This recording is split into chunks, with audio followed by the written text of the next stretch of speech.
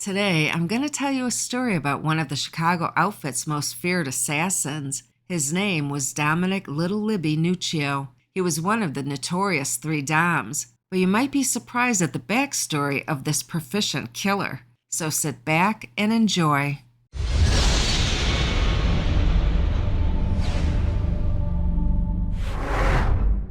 Dominick Libby Nuccio, also known as Little Libby, Dominick Nuccio, Dominick Nuccio, Lucky, Joe Delano, and Ercole Liberatori, was born on April 9, 1895, on the north side of Chicago to Italian immigrant parents.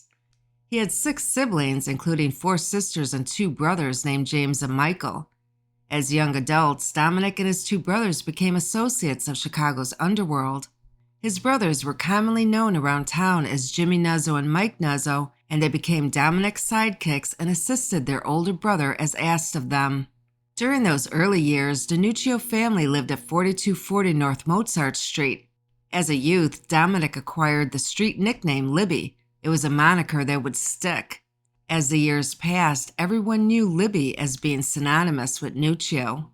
In 1917, Libby married a local Irish girl named Helen Dewey who went by the name Ellen. In 1918, the couple had a son named Philip Joseph. At the time, the family lived at 1103 Cambridge Street in Chicago. In 1925, the couple had another son they named Dominick Peter. Shortly after, the couple divorced, with Dominick retaining custody of the children. By 1930, Libby had met another young girl of similar English-Irish descent who was then working as a dancer in a Chicago nightclub. Her name was Inez Parsons. The young up-and-coming mafioso quickly took a liking to her, and they were soon married. By this time, Libby and his new wife and his 2 sons were living at 5704 North Ardmore Avenue. By 1942, the family was renting a private home at 1925 North Clark Street. That same year, Nuccio claimed on government census documents that he was conveniently employed a short distance away at 1220 North Clark Street, and it appears that during his lifetime, Clark Street would become a favorite area of Nuccio. As a side note, on June 11, 1944, Libby's son Dominick, who was serving in the armed forces during World War II, was killed during the bloody battles to liberate France. Dominick was only 19 years old at the time of his death. By at least the 1940s, Libby Nuccio and his family had relocated to 7436 West Carmen in Harwood Heights, a near northwest suburb of Chicago. In May 1950, FBI agents updated their files after they were advised by Chicago Police Department investigators that Libby and his wife were now actually residing at a local hotel.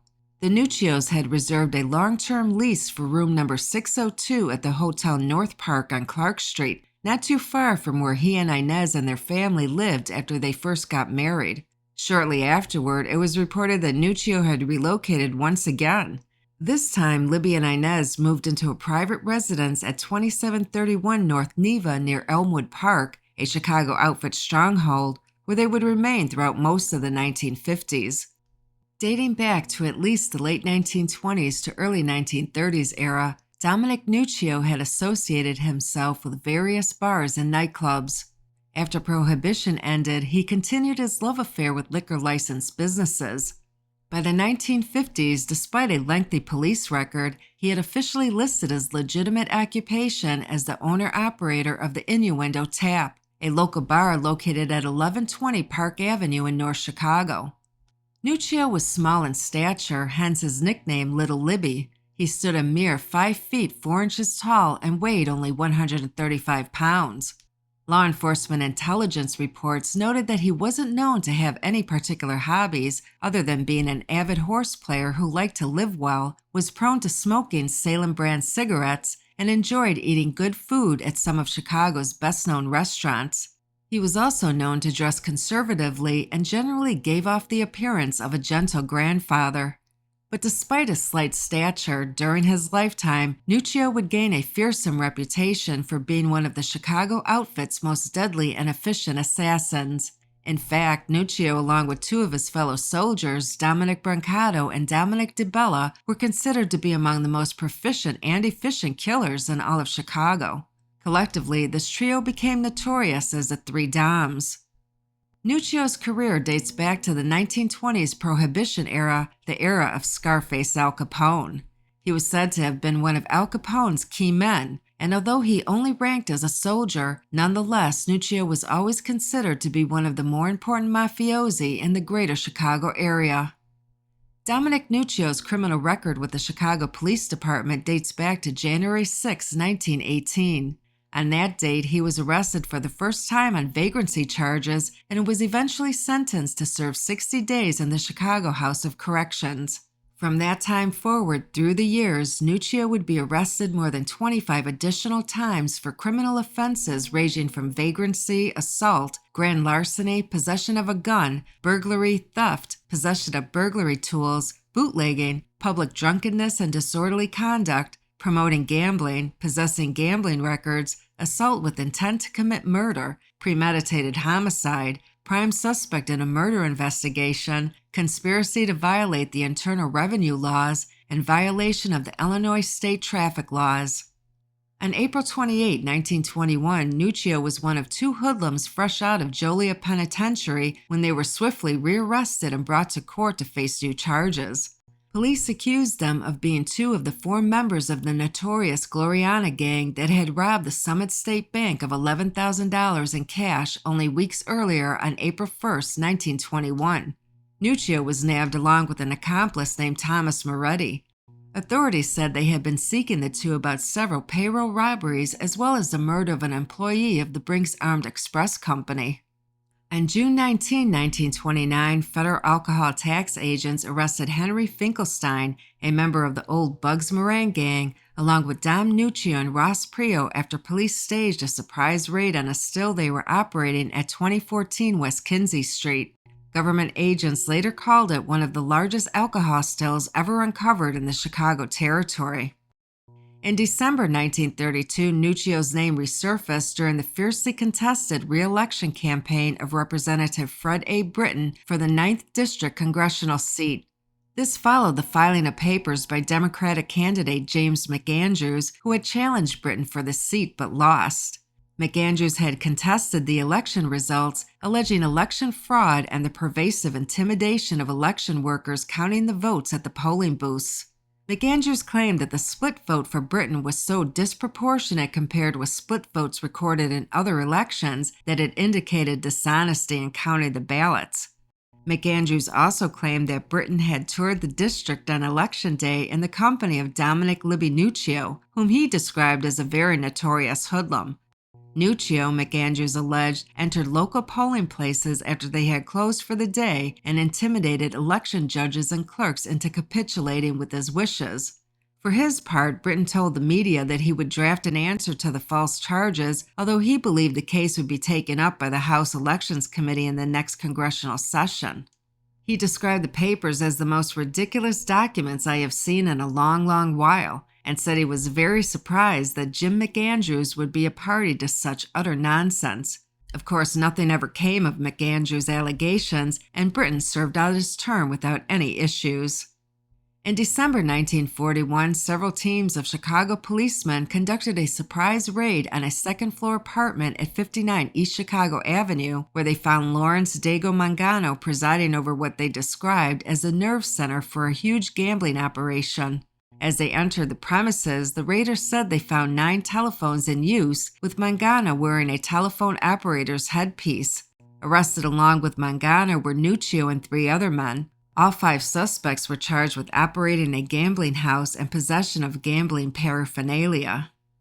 In 1948, after placing them under surveillance, the Chicago police moved in and detained Nuccio and 2 other notorious hoodlums, one of them from New York City, as suspicious characters. They were later identified as Joseph LaBarbera and Frankie the Hawk Borelli.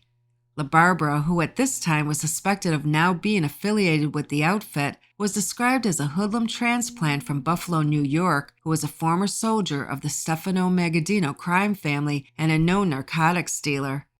Federal authorities described Borelli as a well-known narcotics trafficker in New York City. Upon searching the men, police said they found a key to a railroad station locker in Borelli's pants pocket. When police later opened the locker, they discovered $9,000 worth of hard narcotics stashed inside. The authorities said this was yet another connection linking the Chicago outfit to drug trafficking operations. On July 13, 1948, the Chicago American, a local Chicago newspaper, wrote a damning article about Nuccio, stating he had been brought in and interrogated as a murder suspect on numerous occasions. He had been questioned as a suspect in no less than 8 gangland slayings up to that point in time. According to the newspaper, he had even been a suspect in the 1924 murder of Irish mob boss Dean O'Banion. The other listed homicide investigations he was hauled in for questioning about included the 1934 murder of Joseph Aducci, the 1943 murder of Estelle Carey, the 1943 murder of Thomas Oneglia, the 1944 murder of Lawrence Dago Mangano, the September 1946 murder of Vincenzo Don Vincenzo Benevento, the 1947 murder of Tina Jacobs, and the 1948 murder of Doward Falcon. Throughout the years, at least 3 different federal informants were known to have provided a continuous stream of information about Nuccio and his activities, helping the FBI keep tabs on their prey. As a highly trusted soldier of bosses Paul Ricca, Tony Accardo, and other outfit brass, Nuccio was generally assigned to oversee the mob's North Side racket operations. He and his 2 partners, Dominick Nags Brancato and Dominick Dom Bello DiBella, were also known to have financial interests in a slew of nightclubs, restaurants, and other types of entertainment venues around Chicago's near North Side.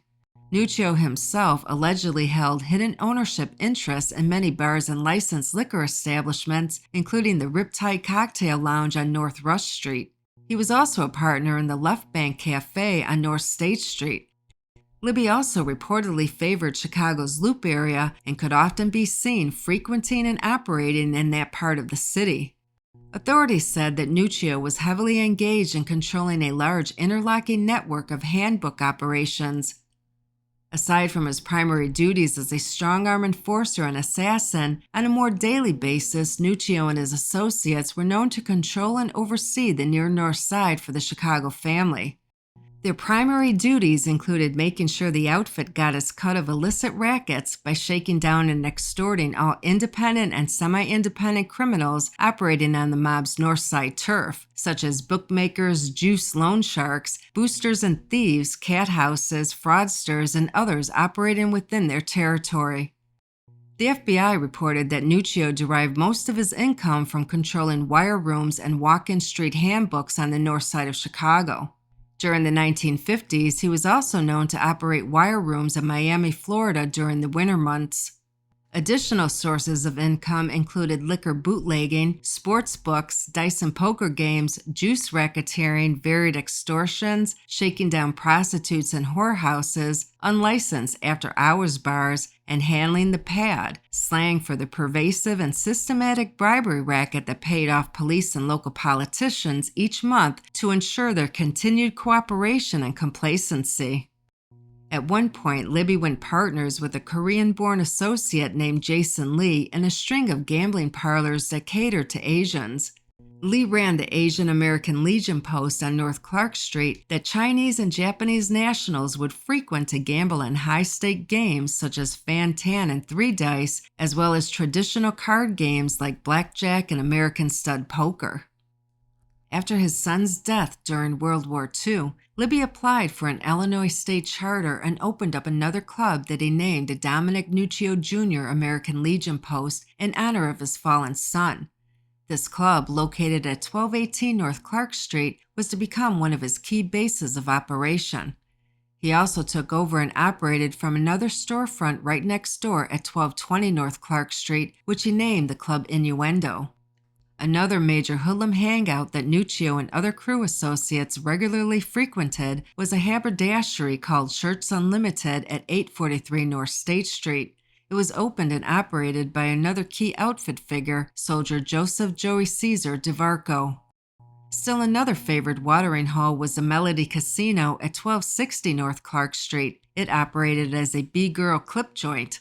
This bar was ostensibly owned and operated by a mob associate named Cosmo Orlando, but in actuality it was a joint partnership between the 3 Doms and their fellow soldiers, the 3 Lishandrella brothers, Joe, Sam, and Frank. As an inducted soldier of the Chicago family, Nuccio was required to obey orders from any of the outfit's brass. But for many years, his direct superior was a highly respected capo by the name of Rosario Priolo, better known to his underworld brethren and law enforcement alike as simply Ross Prio. Prio was considered the overall capo di decina and territory boss in charge of the North Side's 43rd Ward, with Nuccio serving as his direct subordinate and one of his closest aides and functionaries. Nuccio had been around for so long, since the early days of Prohibition, that he pretty much knew everybody there was to know within Chicago's underworld, from the top bosses on down. One of his closest associates was Chicago hoodlum Gerald Jerry Covelli. In 1948, an FBI informant reported that Covelli was a close lieutenant and aide of Dominick Nuccio. On July 16, 1948, Nuccio was picked up for questioning by police after a local restaurant waiter named Doward Falcon was slain. Falcon was a former head busboy at the pump room in the Ambassador East Hotel and later became a waiter at Fritzl's in the Loop. Nuccio had left the city earlier that day for a mini retreat in Minocqua, Wisconsin. He had returned voluntarily when police called him up and asked him to come in for questioning about the Falcon murder. They also wanted him to take a lie detector test. Plus, they told reporters they also intended to grill him about the gambling rackets in Chicago. Police said that Nuccio's 35-year-old wife, Inez, had accused the 24-year-old Falcon of attempting to rape her in Lincoln Park a month earlier on June 16. Falcon was shot to death almost 3 weeks later on Saturday, July 10, in front of his parents' home.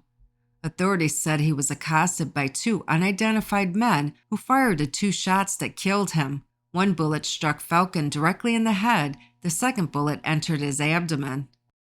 Authorities said that the Lincoln Park police had received 2 mysterious phone calls the evening of the murder, both made by women callers.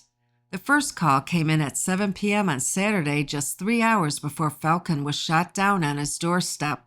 The female caller did not identify herself, but the sergeant who answered the phone said the woman asked him, "When is the Falcon case coming up in court?" Falcon was scheduled to appear in felony court that Tuesday, July 13th, on charges of assault and attempted rape on a complaint from Inez Nuccio. Mrs. Nuccio told the police Falcon had knocked her down and attempted to attack her as she was walking the family dog at Lincoln Park. He was arrested shortly thereafter by Park police. During questioning, Falcon admitted to knocking her down, but claimed he was dizzy at the time. The second mysterious phone call was received by another sergeant at the Lincoln Park police station at 10 a.m. Sunday, nearly 12 hours after Falcon had been killed. The officer said the woman who called identified herself as Mrs. Nuccio and said she was calling long distance, but didn't say from where. Police said she also asked about the court date. When told, she told the officer who answered the phone that she no longer wanted to prosecute Falcon in deference to his wife and family. The officer then asked her, "Lady, have you seen the morning papers?" She told him she hadn't, and he said, "Don't you know, Falcon was murdered last night?" She said no and hung up. Nuccio's wife later provided an ironclad alibi for him. She told police detectives that he had been with her in Lake Geneva, Wisconsin at the exact time the murder was committed. Questioned by Lake Geneva police, Inez said she and her husband had arrived in Lake Geneva on Saturday afternoon, registering at a hotel there. "He was with me all Saturday evening until 10 or 11 o'clock at night, when he left me to go to a local tavern for a little while," she said. "He returned about an hour later and remained in the hotel with me for the rest of the night." Hotel records confirmed that she was indeed telling the truth. Libby and Inez signed it to the hotel book at the front desk on Saturday as Mr. and Mrs. Dominick Nuccio. Falcon had been slain as he walked up the front steps to his home at 10:30 p.m. At a formal inquest, Falcon's wife testified that she knew of no reason why anyone would want to kill her husband, but stated, unless it was someone in connection with that rape charge against him. She added, "Shortly after my husband got arrested, I went to the Nuccio apartment to talk with Mrs. Nuccio. She told me that she had no desire to prosecute my husband for the attempted rape, but that she feared if she dropped the charges, her husband Dominick might kill my husband."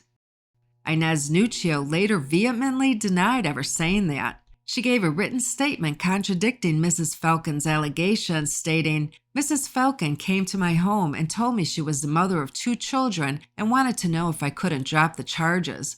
So while she was there," Inez continued, "I called the state's attorney's office and asked if I could withdraw the charges, and they said I could not because I was a state's witness. So I told Mrs. Falcon I couldn't drop the charges." Police then asked her, "Did you tell her your husband would kill Falcon if you dropped the charges?"